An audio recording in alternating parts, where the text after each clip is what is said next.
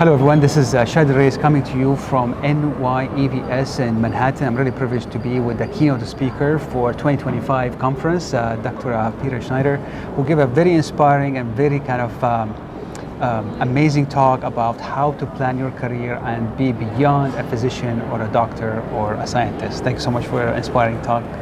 Yeah, thank you very much for the invitation. And yeah, it was a real honor to be invited by Dr. Krishnan and the program committee to talk about this idea of, we called it my journey, but really it's more about, I tried to make it more about everyone's journey. Yeah. And I know there were a lot of fellows in the audience that hopefully could glean some little ideas here and there about how to make it as successful as possible. But the talk really was in a couple of different parts because I think, part of it was some of the things I'm doing outside of clinical medicine. So I've been quite involved in device development and also in clinical trials. And so I spent a good amount of time talking about that. But also I learned a lot in the course of that I can share with others. And then with that, just sort of a personal story about the things that I thought were most important or the things that just seemed so confusing at the time that over time become more clear about how best to conduct yourself or how best to be of service or of value to your patients. Or how to get the most out of your time. Absolutely. Yeah. And so this is one thing we struggle with as physicians is to find the time. We usually sucked into the daily routine, procedure, clinic, grounding, and repeat. So how did you have that to carve out time to do something that doesn't pay for your salary, that your employer will not go kind of say what is the RVO revenue or the practice, and then yet you do something, pursue something you're passionate for? Yeah, that's a really important question because we are all feeling all the time that we are pressed to create more minutes, more hours in the day, and it's just not possible. So obviously with the things that you've made a firm commitment to, you have to be front and center, you have to be present. I think that's part of the issue is that in an effort to create more time or more efficiency, we're not fully present on the things that we are doing. Yeah. So this was an important point for me, an important part of the talk about being present, about being grateful, about being passionate with what you're doing and not being lukewarm. Because I think that when you spend a lot of time but you're not fully in it, I think it turns out a lot of it to be a waste of time.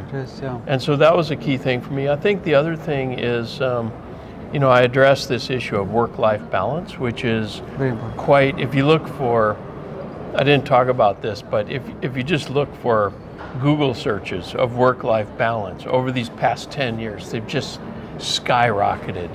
And the truth is that a lot of work-life balance is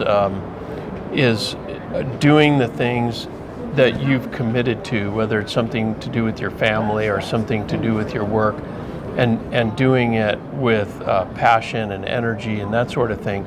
But also I think I tried to dispel the idea that work-life can truly be balanced.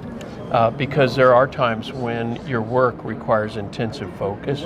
Maybe you have a very sick patient or maybe something going on in your hospital that really requires attention.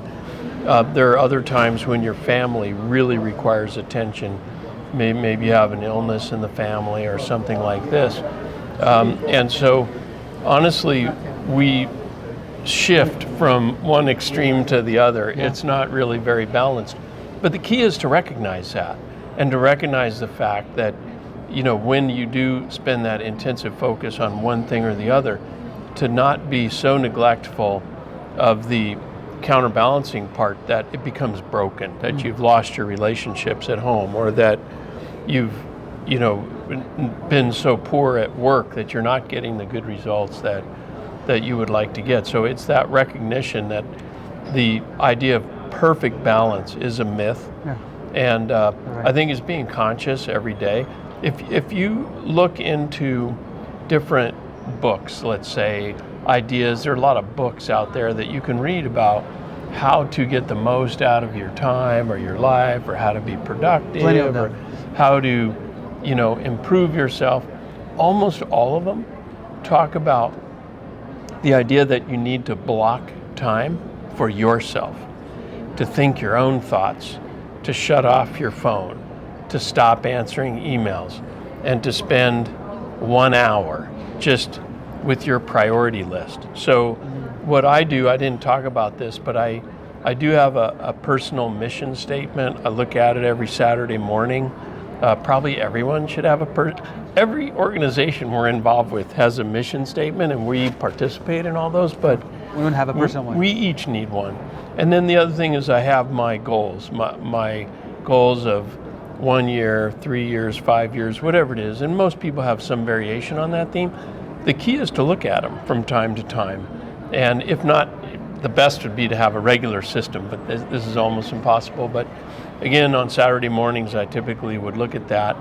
And the idea of time blocking it feels essentially impossible for a doctor, but it might last for only 20 minutes or 30 minutes. But again, time to shut everything else off and to just look at, where am I? What am I doing? Am I doing the right things? Am I excited about it? Is there anything in my life that I'm really, really worried about that I need to make a plan for instead of just worrying about it? Those kinds of things. So you touch on that mission and also personal goals. When you look at them every Saturday, usually there's life, something happened last week or a month, do you usually shuffle these goals or change them a little bit, or you said you are laser focused, I'm going to do this regardless what's happened? Like, I don't know how to make that balance and how to make that... That's very challenging, and I just have to be clear, I don't have the right answer for that. But if you look at most people, myself included, I spend a lot of time doing the most urgent things, but in the long run, they're not that important.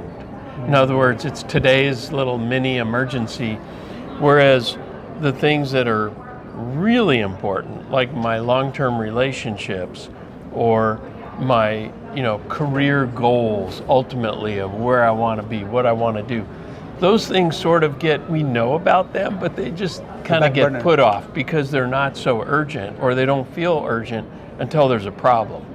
But, and I don't know, how to get away from that urgent, less important category to the less urgent but very important long-term category. But I do think spending a little bit of time on your own is helpful for that. And of course, if you have people in your life you trust, like a spouse or partner, or even close friend or something like this, to have people to talk about what you're thinking about and to help you prioritize. Maybe some of the things that I get a little bit lost thinking, oh yeah, this is really important. Then I talk to my wife, she says, really? Why are you interested in that? And what in the process of talking it over, you come away with a different impression that maybe you had thought. And then your partner can help you achieve that goal, because now he or she understand where you're coming from going forward, that this is our mission on the long run. As a reminder, but also when you do something, they know where you're heading with that thing. That's very important. That's definitely true. And I think one of the points I did talk about is how for you to accomplish anything, it's almost always a team sport. Mm-hmm. There are people in your life that you rely upon, that support you, or that act as your sounding board, or however it is for each individual. I think that it's really, really rare when somebody is doing things completely on their own without anyone else in their sphere that would help them be successful. And I think taking care of those people and reacting and responding to those people and being proactive with those relationships are really important. And the only thing, I would say the only thing better than good relationships is good long-term relationships. is, in a way, the spice of life. Absolutely. Yeah. They will feel it and they will invest in you and maybe give you back. Exactly. Well, it's a very inspiring talk again. I mean, it's thank already you. recorded on the website, and thank you for your time. Thank you for very the interview. much. Watch these videos and others on the YouTube channel. This is Chadi Alraies coming to you from Manhattan from NYEVS.